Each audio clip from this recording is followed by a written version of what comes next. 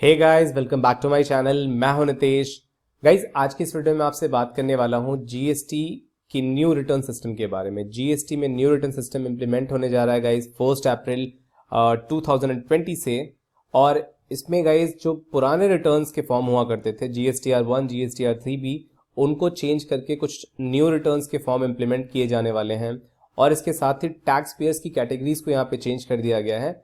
और साथ ही साथ गाइज यहाँ पे जीएसटी के न्यू रिटर्न सिस्टम से जुड़ी कुछ इंपॉर्टेंट बातें आज के इस वीडियो में मैं डिस्कस करूंगा, तो जुड़े रहिएगा मेरे साथ इस वीडियो के एंड तक। चलिए वीडियो को शुरू करते हैं। सबसे पहली बात तो गाइज ये आती है कि जीएसटी में जो रिटर्न्स के नए फॉर्म होने वाले हैं, बेसिकली 3 तरीके के फॉर्म्स होंगे।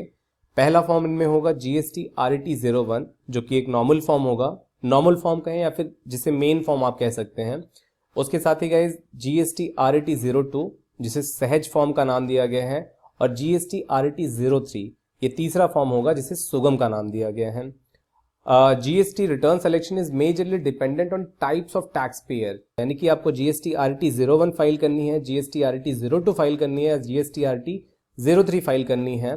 ये मेजरली इस बात पे डिपेंड करेगा कि कौन से टाइप के टैक्स पेयर को रिटर्न फाइल करनी है, यानी कि जो टैक्स पेयर रिटर्न फाइल कर रहा है वो एक स्मॉल टैक्स पेयर है या फिर लार्ज टैक्स पेयर है। गाइज, न्यू रिटर्न सिस्टम के अंदर जो स्मॉल टैक्स पेयर को कैटेगराइज करा गया है, स्मॉल टैक्स पेयर्स का मतलब यहाँ पे है वो टैक्स पेयर जिनकी प्रीसीडिंग फाइनेंशियल ईयर में टर्नओवर 5 करोड़ रुपए तक रही है। जिन टैक्स पेयर्स की प्रीसीडिंग फाइनेंशियल ईयर में टर्नओवर 5 करोड़ रुपए तक रही है वो स्मॉल टैक्स पेयर्स होंगे, और जिन टैक्स पेयर्स की प्रीसीडिंग फाइनेंशियल ईयर में टर्नओवर 5 करोड़ रुपए के ऊपर रही है वो लार्ज टैक्स पेयर बोले जाएंगे। चलिए गाइस, अब आगे बढ़ते हैं। जीएसटी की जो न्यू रिटर्न है उसके टाइप्स और फ्रीक्वेंसी के बारे में बात करते हैं। यहाँ पे गाइज मैं आपको बताना चाहूंगा कि जीएसटी की जो न्यू रिटर्न है वो 2 तरीके से फाइल हो सकती है, 2 फ्रीक्वेंसी पे फाइल हो सकती है। या तो वो मंथली फाइल हो सकती है या फिर तो ये क्वार्टरली फाइल की जा सकती है। अब मंथली फाइल कौन कर सकता है गाइज, ये खास बात है। गाइज, जीएसटी की जो मंथली नॉर्मल रिटर्न होगी वो मैंडेटरी है लार्ज टैक्स पेयर्स के लिए, यानी कि लार्ज टैक्स पेयर, यानी कि जिन टैक्स पेयर्स की प्रीसीडिंग फाइनेंशियल ईयर में 5 करोड़ रुपए की ऊपर टर्नओवर रही थी उनको मंथली बेसिस पे ही रिटर्न फाइल करना होगा, और मंथली नॉर्मल रिटर्न यानी कि RET-01 फाइल करना होगा। RET-01 इनके लिए मैंडेटरी होगा, और ये चीज RET-01 को मंथली फाइल कर सकते हैं स्मॉल टैक्स पेयर्स भी, लेकिन स्मॉल टैक्स पेयर्स के केस में उन्हें मंथली रिटर्न फाइल करना उनके लिए ऑप्शनल बनाया गया है। यानी कि स्मॉल टैक्स पेयर चाहें तो वो मंथली रिटर्न्स भी फाइल कर सकते हैं, अदरवाइज उनके लिए क्वार्टरली रिटर्न्स का भी ऑप्शंस अवेलेबल हैं। क्वार्टरली रिटर्न्स की गाइज अगर मैं बात करूं तो क्वार्टरली रिटर्न्स का जो ऑप्शन है that is only available for small tax pairs, यानी कि क्वार्टरली रिटर्न्स सिर्फ और सिर्फ एक स्मॉल टैक्स पेयर ही ऑप्ट कर सकता है। अब यहाँ पे गाइज खास बात आती है कि क्वार्टरली रिटर्न्स का जो ऑप्शन है उसमें रिटर्न्स को 3 पार्ट में बांट दिया गया है। क्वार्टरली रिटर्न्स में गाइज जो पहले टाइप की रिटर्न आती है वो होती है क्वार्टरली नॉर्मल रिटर्न। अब ये भी RET-01 ही है। एक बात मैं आपको कंफर्म कर दूं गाइस कि ये जो RET-01 है और यहाँ पे जो ये क्वार्टरली बेसिस पे RET-01 फाइल करना है, ये दोनों फॉर्म बिल्कुल सेम है, लेकिन यहाँ पे गाइस इसकी फ्रीक्वेंसी को चेंज कर दिया गया है। अगर यहाँ पे लार्ज टैक्स पेयर्स के लिए मंथली बेसिस पे RET-01 फाइल करना मैंडेटरी बनाया गया है, जबकि स्मॉल टैक्स पेयर्स के केस में RET-01 ही फाइल करना है, लेकिन वो क्वार्टरली बेसिस पे फाइल करना होगा। दूसरा जो फॉर्म आता है गाइस क्वार्टरली रिटर्न्स के अंदर में वो होता है सहज फॉर्म, जिसका फॉर्म गाइस GSTR-2 होता है। और तीसरा जो फॉर्म आता है गाइस उसका नाम है सुगम फॉर्म, जिसे RET-03 के फॉर्म में भरना होता है।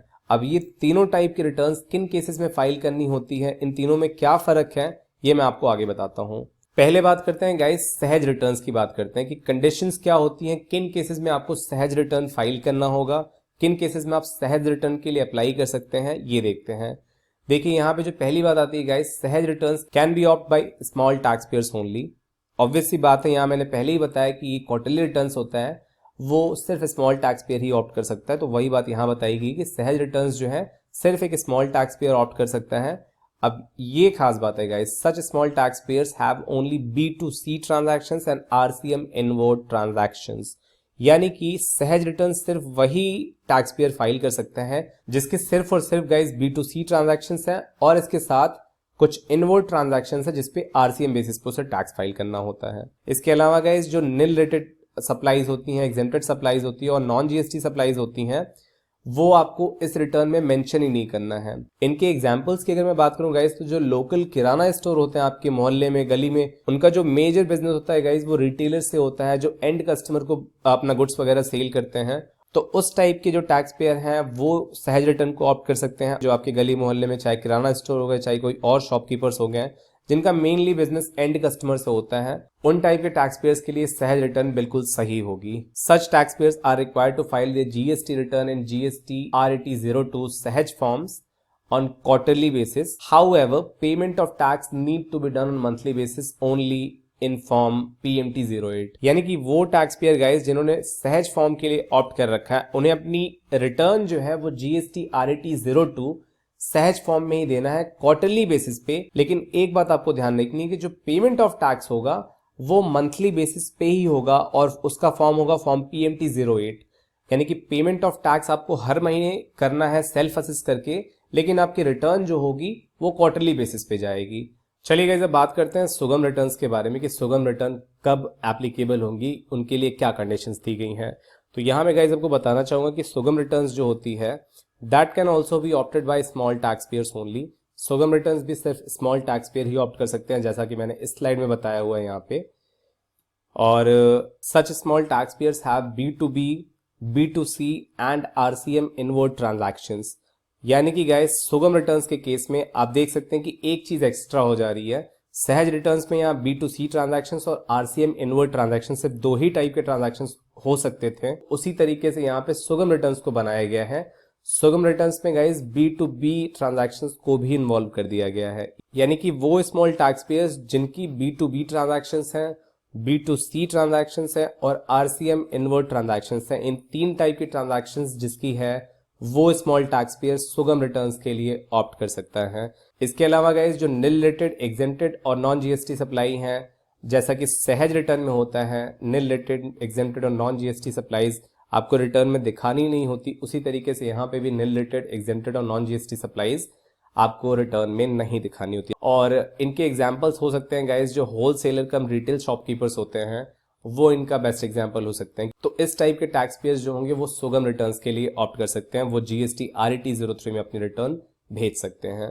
यहाँ पे भी गाइस जिस तरीके से सहज रिटर्न में होता था कि आपको GSTR-02 सहज फॉर्म में आपको क्वार्टरली बेसिस पे रिटर्न देनी है, लेकिन पेमेंट ऑफ टैक्स आपको मंथली बेसिस पे करनी है, उसी तरीके से आपको सुगम रिटर्न्स में भी आपको GSTR-03 सुगम फॉर्म्स में क्वार्टरली बेसिस पे आपको रिटर्न फाइल करनी है, लेकिन पेमेंट ऑफ टैक्स आपका मंथली बेसिस पे आपको PMT-08 में करना ही होगा। अब बात करते हैं गाइस जो मेन रिटर्न होती है, नॉर्मल रिटर्न RET-01, उनके बारे में। RET-01 गाइस जो नॉर्मल रिटर्न है that can be filed by small as well as large tax payer. जैसा कि मैंने यहाँ शुरू में ही बताया कि ये लार्ज टैक्स पेयर्स के लिए मैंडेटरी होता है, लेकिन ये चीज स्मॉल टैक्स पेयर्स भी ऑप्ट कर सकता है ऑप्शनल बेसिस पे। तो यही बात गाइज यहाँ बताई गई है। Normal returns can be filed by small as well as large tax payer. Small tax payer has the option to file it on monthly और quarterly basis. Small tax payer अगर चाहे तो वो मंथली बेसिस पे इसे opt कर सकता है, या फिर चाहे तो वो क्वार्टरली बेसिस पे इसे फाइल कर सकता है। However large tax payer have to file it mandatorily on monthly basis. यानी कि लार्ज टैक्स पेयर के पास किसी भी तरीके का ऑप्शन नहीं होता, लार्ज टैक्स पेयर को हर महीने से फाइल करना ही करना होगा। RET-01 return is filed when taxpayer is engaged in all type of supplies. For instance, B2B transactions, B2C transactions, export, deemed export, RCM transactions, advances, etc. यानी कि देखिए गाइज यहाँ पे जो सुगम और सहज रिटर्न्स थी, इनमें कुछ लिमिटेशंस थी। सहज रिटर्न में बहुत ही कम ट्रांजैक्शंस थी, सिर्फ B2C और RCM ट्रांजैक्शंस हुआ करते थे। सुगम रिटर्न्स में थोड़ा सा इन्हांस किया गया, B2B ट्रांजैक्शंस को भी इन्वॉल्व कर लिया गया। B2B, B2C और RCM ट्रांजैक्शंस होने के केस में आप सुगम रिटर्न्स फाइल कर सकते हैं। लेकिन यहाँ पे जो नॉर्मल रिटर्न्स होती हैं उनमें आपकी अगर B2B, B2C ट्रांजैक्शंस और RCM ट्रांजैक्शंस के अलावा एक्सपोर्ट्स भी हैं, डीम्ड एक्सपोर्ट भी हैं और एडवांसेस वगैरह भी हैं, इसके अलावा और भी जितने आपके डेबिट नोट, क्रेडिट नोट, इन सब के जितने भी आपके ट्रांजैक्शंस होते हैं वो सब अगर आपके हैं तो आपको यहाँ पे RET-01 फाइल करना होगा। यहाँ पे भी गाइज जो पेमेंट ऑफ टैक्स होगा वो PMT-08 में मंथली बेसिस पे ही होगा। अब यहाँ पे गाइज मैं आपको एक बात कंफर्म कर दूं, अगर लार्ज टैक्स पेयर है जिन्हें मंथली बेसिस पे GST RET-01 फाइल करना होता है, उनको अलग से PMT-08 फाइल करने की कोई जरूरत नहीं होगी। वो GSTR-1 के थ्रू ही अपना टैक्स फाइलिंग कर सकेंगे रिटर्न्स के साथ में। लेकिन जो क्वार्टरली बेसिस पे ऑप्ट करता है GSTR-1 को, उनके लिए यहाँ पे PMT-08 के थ्रू ही वो अपना टैक्स का पेमेंट करेंगे। चलिए गाइस, अब बात करते हैं कुछ इंपॉर्टेंट पॉइंट्स के बारे में जो कि न्यू GST रिटर्न सिस्टम में आपको फेस करनी पड़ सकती हैं। अब यहाँ पे गाइस ये बेसिकली कुछ डाउट्स हैं जो कि न्यू रिटर्न सिस्टम में आ रहे हैं लोगों को। Do I need to file from GST ANX1 separately? जो न्यू रिटर्न सिस्टम है गाइस, उसके बेसिकली दो एनेक्जर्स होंगे, ANX1 और ANX2। ANX1 में गाइज आउटवर्ड सप्लाईज की डिटेल होगी और उनके साथ ही गाइज जो इनवर्ड ट्रांजैक्शंस होंगे RCM वाले, उनकी भी डिटेल्स ANX1 में जानी होगी। और ANX2 होगा गाइज, जिस तरीके से GSTR-2 लाने की बात की जा रही थी, उसी तरीके से यहाँ पे ANX2 होगा। इसमें जितने भी आपके जो सप्लायर्स होंगे वो जब अपनी रिटर्न्स फाइल करेंगे तो उनका डाटा यहाँ पे ऑटो पॉपुलेट हो जाएगा और ANX2 में जो डाटा रिफ्लेक्ट होगा, इसी के बेसिस पे आप ITC क्लेम कर सकेंगे। और जब आपके ANX1 और ANX2 दोनों कंप्लीट हो जाएंगे गाइस, तो इनके जो डेटा होंगे वो रिफ्लेक्ट हो जाएंगे GST रिटर्न्स में, आपके GST RET01, RET02 या RET03, जो भी आपका फॉर्म होगा उसमें इनके डेटा ऑटोमेटिकली रिफ्लेक्ट हो जाएंगे। तो यहाँ पे गाइस कुछ लोगों का बेसिकली ये डाउट आता है कि क्या उन्हें GST ANX1 का फॉर्म अलग से फाइल करना होगा, जिस तरीके से आपको GSTR-1 फाइल करनी होती है। तो इसका साफ साफ आंसर है कि आपको ऐसा नहीं करना है। आपको सिर्फ इसमें डेटा अपलोड करना है GST ANX1 में। आपका जब ये डेटा इसमें फुल्ली अपलोड हो जाएगा तो वो डेटा ऑटोमेटिकली रिफ्लेक्ट हो जाएगा आपके रिटर्न्स में, और जब आपकी रिटर्न फाइल हो जाएगी तो ये ऑटोमेटिकली डीम्ड फाइल्ड मान लिए जाएंगे। अब जो दूसरा क्वेश्चन आता है गाइज, वो है गाइज कि GST ANX2 में किस तरीके से डेटा जनरेट होता है। तो गाइज GST ANX2 में बेसिकली जब आपका सप्लायर होता है वो अपनी GST ANX1 जब फाइल करता है तो उसका डेटा रियल टाइम बेसिस पे आपके GST ANX2 में रिफ्लेक्ट होता रहेगा। इसके बाद गाइज बात आती है ITC को लेकर के कि ITC रेसिपिएंट को किस तरीके से अवेलेबल होगा। ITC रेसिपिएंट को अवेलेबल होगा सिर्फ उन डॉक्यूमेंट्स के बेसिस पे जो कि आपके सप्लायर ने अपने रिटर्न में फाइल कर दिया है और आपने उसे एक्सेप्ट कर लिया है जब वो आपके ANX2 में रिफ्लेक्ट होंगे। यानी कि जितना भी इनवॉइसेस, जितना भी डॉक्यूमेंट्स आपके सप्लायर ने नॉर्मली अपलोड कर दिया है और वो आपके ANX2 में जब रिफ्लेक्ट हुए तो आपने उसे एक्सेप्ट कर लिया है, उनके अगेंस्ट में आप ITC ले सकते हैं। अच्छा, यहाँ पे गाइस बात आती है, जिस तरीके से प्रोविजनल ITC होता था न्यू रिटर्न सिस्टम में, उसी तरीके से मिसिंग इनवॉइसेस की बात की गई है। यानी कि वो इनवॉइसेस जो कि आपके सप्लायर अपलोड नहीं कर पाता है, क्या उनके बेसिस पे आप ITC ले पाएंगे? तो यहाँ पे गाइज ये आपको समझने वाली बात है कि हाँ, आप उनके बेसिस पे भी ITC ले सकते हैं आपको, लेकिन इनका डाटा जो मिसिंग फिगर्स हैं, जो इनवॉइसेस आपके सप्लायर ने अपलोड नहीं करे हैं, उनको बेसिकली आपको अपनी रिटर्न में दिखाना पड़ेगा।